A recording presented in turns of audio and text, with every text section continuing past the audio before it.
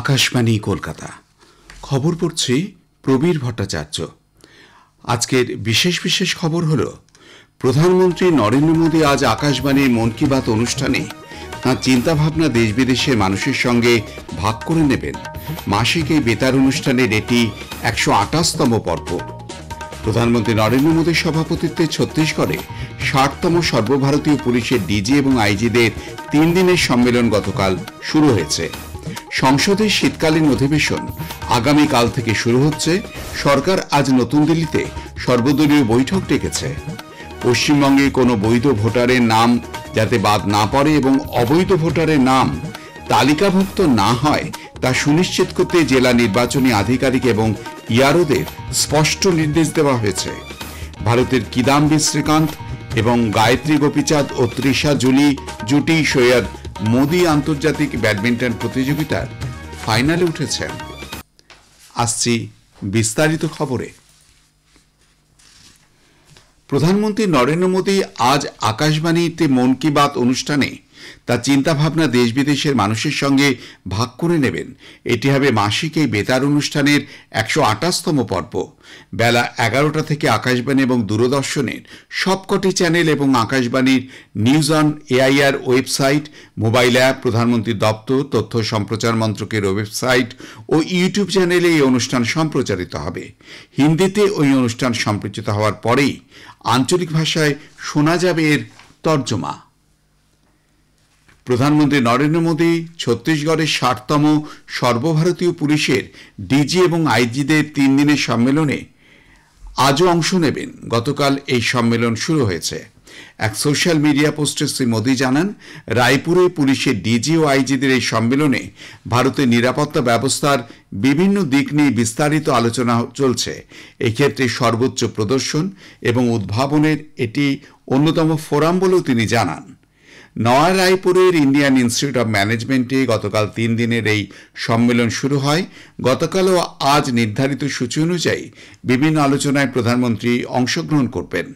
স্বরাষ্ট্রমন্ত্রী অমিত শাহ, জাতীয় নিরাপত্তা উপদেষ্টা অজিত দোভাল, স্বরাষ্ট্র প্রতিমন্ত্রী নিত্যানন্দ রায়, বিভিন্ন রাজ্য কেন্দ্রশাসিত অঞ্চলের পুলিশের মহানির্দেশক ও পুলিশ প্রধানেরা এই সম্মেলনে উপস্থিত আছেন। এবছরের সম্মেলনের মূল ভাবনা বিকশিত ভারত, নিরাপত্তার বিভিন্ন দিক। নতুন যুগের বিভিন্ন চ্যালেঞ্জের সামনে দেশের নাগরিকদের নিরাপত্তা মজবুত করার লক্ষ্যে এই সম্মেলনে বিভিন্ন বিষয়ে আলোচনা চলছে।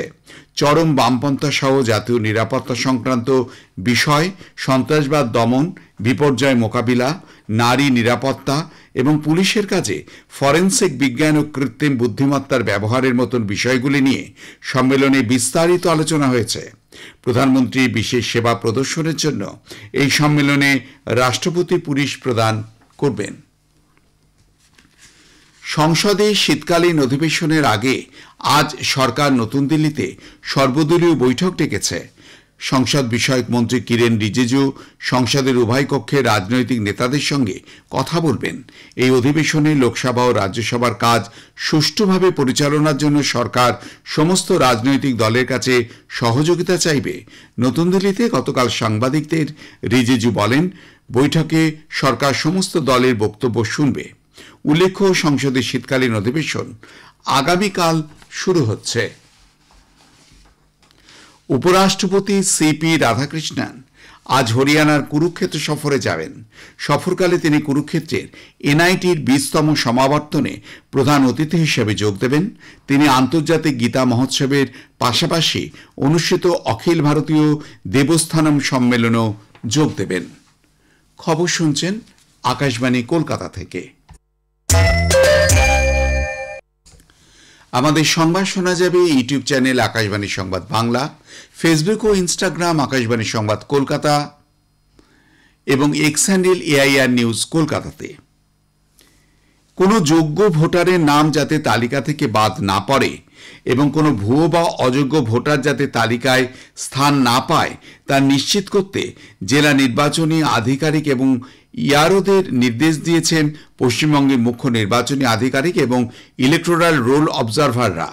ভোটার তালিকায় বিশেষ নিবিড় সংশোধন বা এসআইআর এর অগ্রগতি পর্যালোচনা করতে গতকাল রাজ্যের মুখ্য নির্বাচনী আধিকারিক মনোজ কুমার আগরওয়াল রাজ্যের জেলা নির্বাচনী আধিকারিকদের সঙ্গে বৈঠক করেন।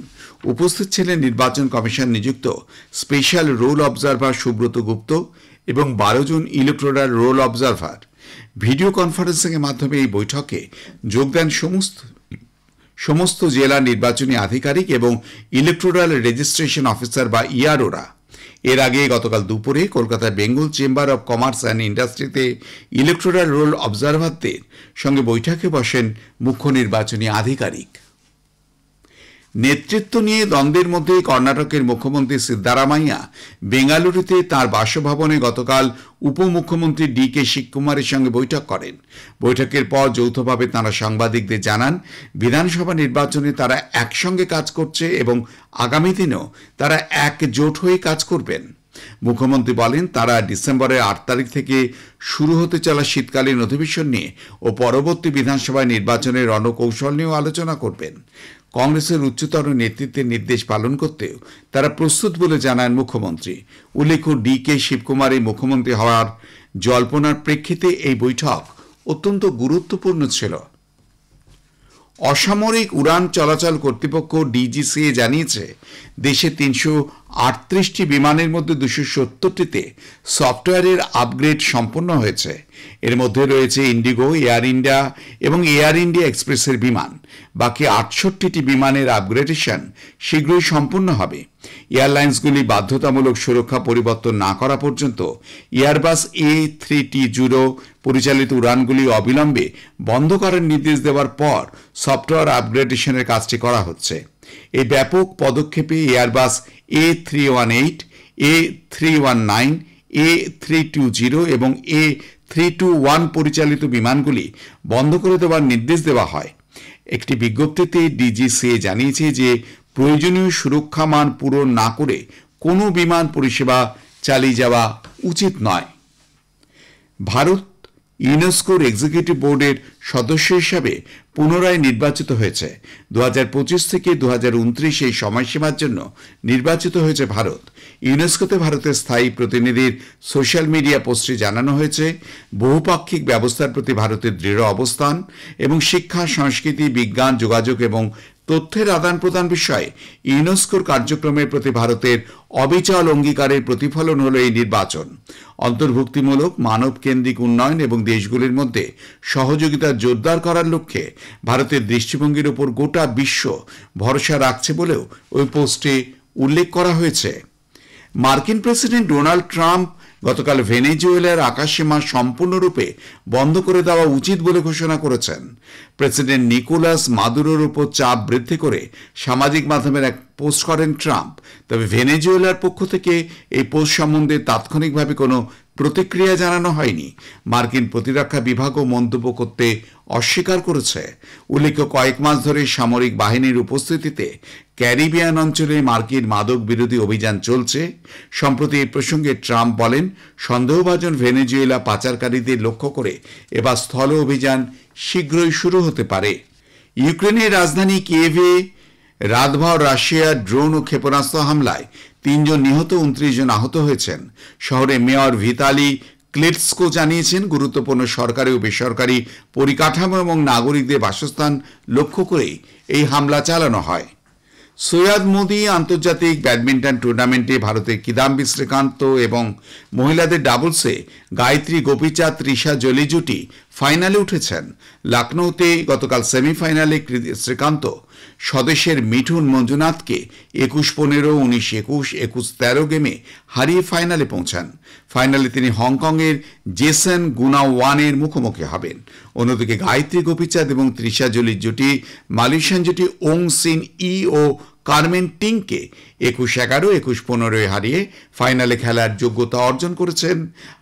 আজ ফাইনালে তারা জাপানি জুটি কাহো ওসাকাওয়া ও মেই তানামা জুটির মুখোমুখি হবেন।